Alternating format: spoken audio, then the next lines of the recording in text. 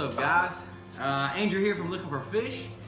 I've been, talking with some guys and trying to figure out just some other relevant content that that you guys might be interested in taking a look at. Again, embracing more of the educational side of looking for fish. I want to show you one of the baits that I've kind of been stuck on, and I'm sure a lot of people are. And if you're not, if you're unsure what they mean whenever they say the word Senko or stick bait, you'll refer to it, a lot of people refer to it as a stick bait. I want to take a few minutes and talk to you about just the different presentations or the different rigging that you can use for a stick bait. Now I prefer the Deep Creek Lure 5-inch sink and catch. That's their version of the stick bait. Gary Yamamoto made it really famous, but I think Deep Creek has an awesome version with a great scent to it. Awesome, falling action in the water. The fall is really great. So I just want to show you a couple different riggings that I use. I've kind of been stuck on the Senko this summer. If I just want to go catch some fish, I don't care about size. I'm not looking for a specific weight or whatever. I just want to catch some fish. Now, Senkos can catch some of the biggest fish you'll see, but they're also one of the most popular baits because they catch whatever's in the water. So I'm going to take just a few minutes and talk about the different riggings. One of my favorite, and it's probably the one that I always have tied on, every time I go out, I'll have a specific rod devoted to the weightless Texas rig of a Senko.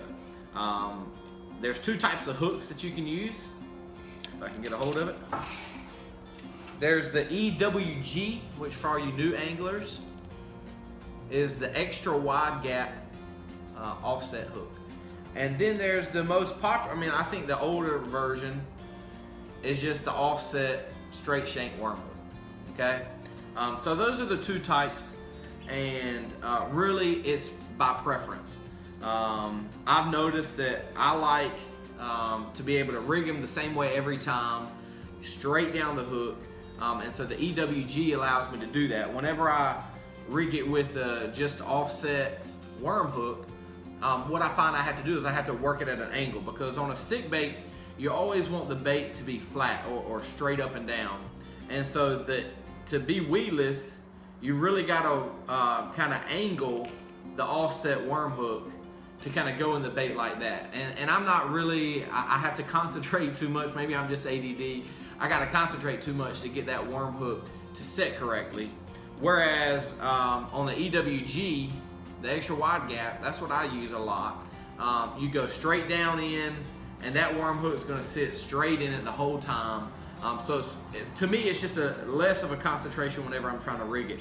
And so to do Texas rig, the way I do it is I take my stick bait, and from what they say, I haven't really noticed it, but most stick baits have a little lean to them anyway. And so you want that lean to be on the bottom, because you want, if I over exaggerate it, you want the bend of the worm to look like that on its way down, so it'll flutter properly.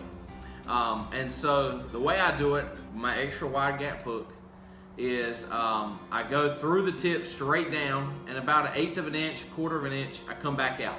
Now, some people can change that distance up, and it depends on how they want to rig the top. Maybe they want to peg a weight to the top or do something along those lines. You can have some screw lock, different weights that can go in there, so maybe you want to leave yourself a little bit more room. But this is my weightless rig, and so I just go in. So once I'm all the way kind of straight in there, I want to turn the hook, right? And once you turn the hook, you'll slide it up there, and you can see that it almost wants to sit in there anyway. And so you can see it sitting natural and the bait standing straight up. And so then what I'm going to do, I'm going to kind of mark it with my finger where the hook's going to go in. I'm going to go straight through it and then just let it sit. Now I can skin hook this and run it back into the worm if I wanted to, but there's no need in that. And that way the worm is as straight as I can get it, and what's going to happen is it's going to flutter down like this, and be a really great presentation for those finicky bass to really just say, well, there's a free meal, let me go grab it. And so then, whenever you do this, whenever you te-expose the hook like that, you really got to set into it so that that bass will have this in his mouth, and it'll go down and then set the hook. If you run them with the offset worm hook, sometimes you got to set them even more abruptly because they have to come outside of the plastic. So it just depends on your rigging, but that's how I rig the Texas rig weightless. Now, one thing that I will do if I'm trying to fish a little bit deeper is I just got the cheap lead style weights, and I'll pop one of those on before I tie my hook, and so it sets right there just like that coming from the hook. And so I'll fish that sometimes if I'm fishing deeper water, or maybe the wind's blowing a little bit more than I'm comfortable with.